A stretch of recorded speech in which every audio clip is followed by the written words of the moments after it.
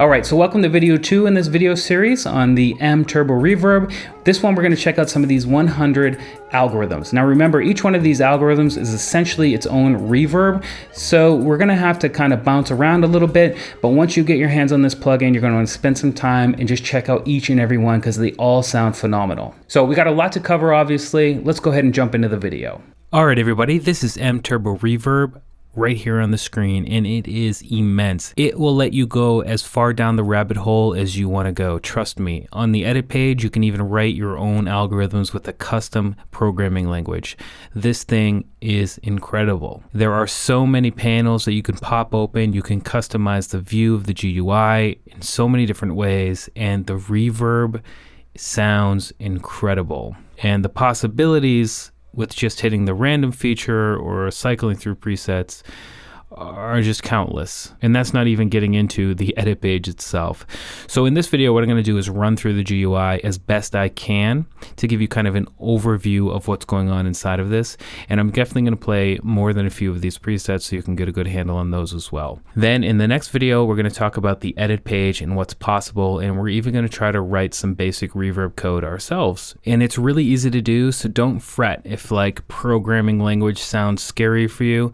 It's been reduced to just a couple of letters by the team that made MTurboReverb, and it's really easy for you to make your own. But that's in the next video. Let's talk about the basics here. So I've got a drum loop inside of Ableton Live. Go ahead and play it dry.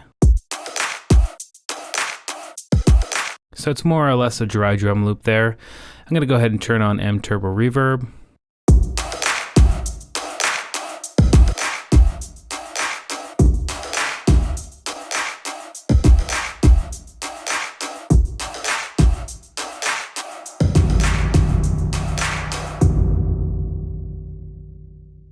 Okay, so there's a couple of things I want you to notice. First of all, you see this list of things over here: small spaces, large spaces, creative, special, 2D positioning. These are all different algorithms. So what that means is these are all separate VST reverb plugins essentially by themselves. Each one of these has its own set of controls.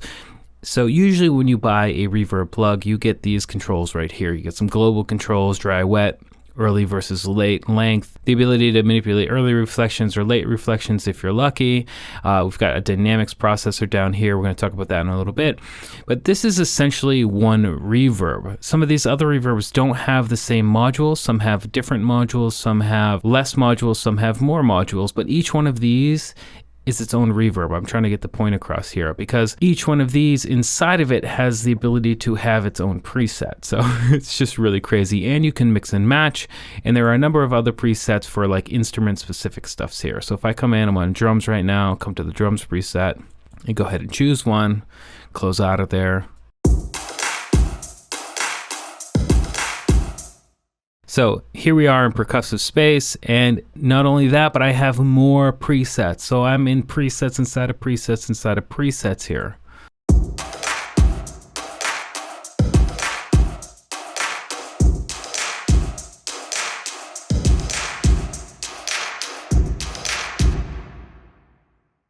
And another thing I want to point out too is I've locked the dry wet here. I'm doing parallel processing, so it's at 50-50, 50% dry, 50% wet, very common, especially on percussion. And you can lock them. And in fact, you can lock any of these parameters that have a little lock next to it. You can even hide those locks. Like I said, the GUI is very, very open to user control as far as what you want to see and what you don't want to see. So I've locked it down right there. And now that that's locked, if I switch algorithms, it's going to stay locked. If I switch different presets inside of here, close out, double click, close out, it's going to stay locked. No matter what I'm doing, dry wet will always be 50%. And that's really helpful if you're going to have it on a return track where you always want it 100%, things of that nature. But maybe I really want to always keep my low cut on the side material up to around 100 Hertz, which, by the way, awesome feature. We've got our low cut filter in general, but we also have the low cut on just the side material, and this is so helpful for keeping your mixes clean. So if I want to lock that down, boom, locked, ready to go, no matter what I'm doing, even if I'm going to creative, special, 2D positioning, it doesn't matter, always going to be locked, cutting off the side material below 100 Hertz. Perfect, perfect, perfect. So other stuff here. Let's check out some of these other algorithms here. Remember, these are preset algorithms, so essentially it's like a whole other reverb. So let's come into let's say creative, and when you're doing stuff like this, and especially when you get into the edit page, you want to have your limiter on. This has a limiter built in. You just click it right here, turn it on, no problem. So you probably want to keep that on at most times, especially when you get into editing the algorithms yourself or hitting that random button, but it's just there if you want it. Boom, turn it on, one click, ready to go.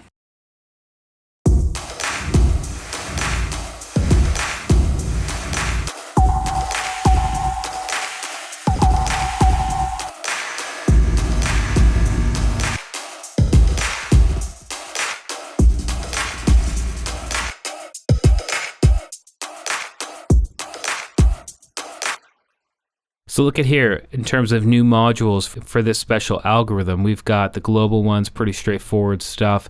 We've also got the room. We can adjust how the room is curated. We've got the walls of the room. We've also got controls for the air inside of the room itself. So, I mean, I know I'm going to say it over and over again, but control, control, control, unique, unique, unique, incredible, incredible, incredible. Let's jump out of here and just jump into 2D positioning for a second. I'm going to come in and just choose concert hall.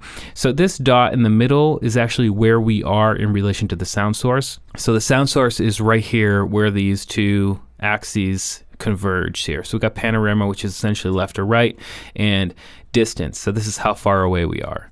Let's go ahead and listen to what we got. Let's turn this up.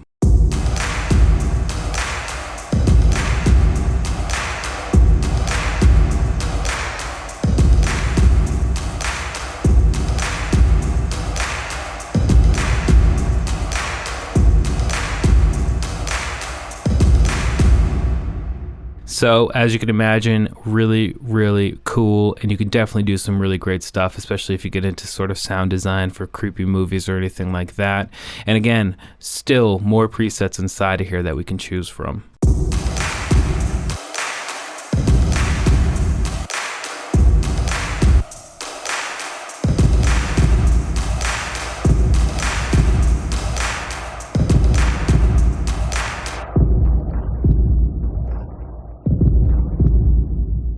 So cool.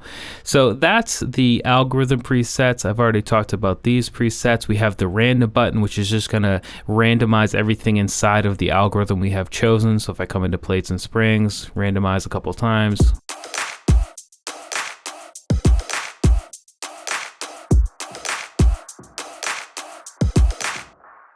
That's actually a pretty bad example because there's not much going on, but it's just so cool. Let's go huge space and randomize a couple times.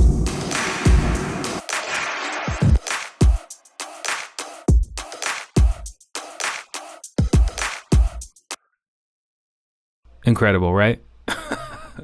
So we also have metering right here.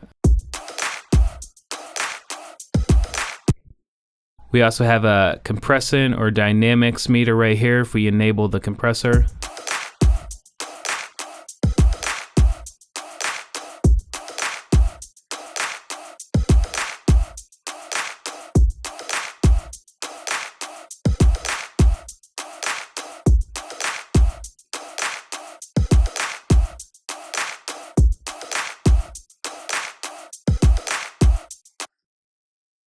So that's all really great. We've got an A, B. We can go back and forth between two different things. But what's really cool is we actually have A, B, C, D, E, F, G, H. So we can actually cycle through 8 different user set reverbs or even just presets by loading them inside of the A, B system over here, which again goes from A to H. We've got automatic gain compensation. This is really handy if you're doing something really creative with the reverb and you want to hear better what it is. If it's getting things really loud, but you want to have it in relation to the actual audio you're processing, just hit that set at any time while it's processing and it's going to go ahead and make sure the gain compensation is relative. We also have the ability to manipulate both the left and the right. This is kind of the default. We can manipulate just the left or the right or the mid or the side or the mid and the side. Look at all these different choices right here. It's just almost absurd. We also have upsampling, which we can go up to 16 times. This is going to be very, very CPU intensive, so be careful with this. You want to keep an eye on your CPU meter if you have it inside of your DAW when you're going to be doing this, and also when you're inside of the edit page. But like I said, that is just a very, very brief introduction to what's available inside of MTurboReverb.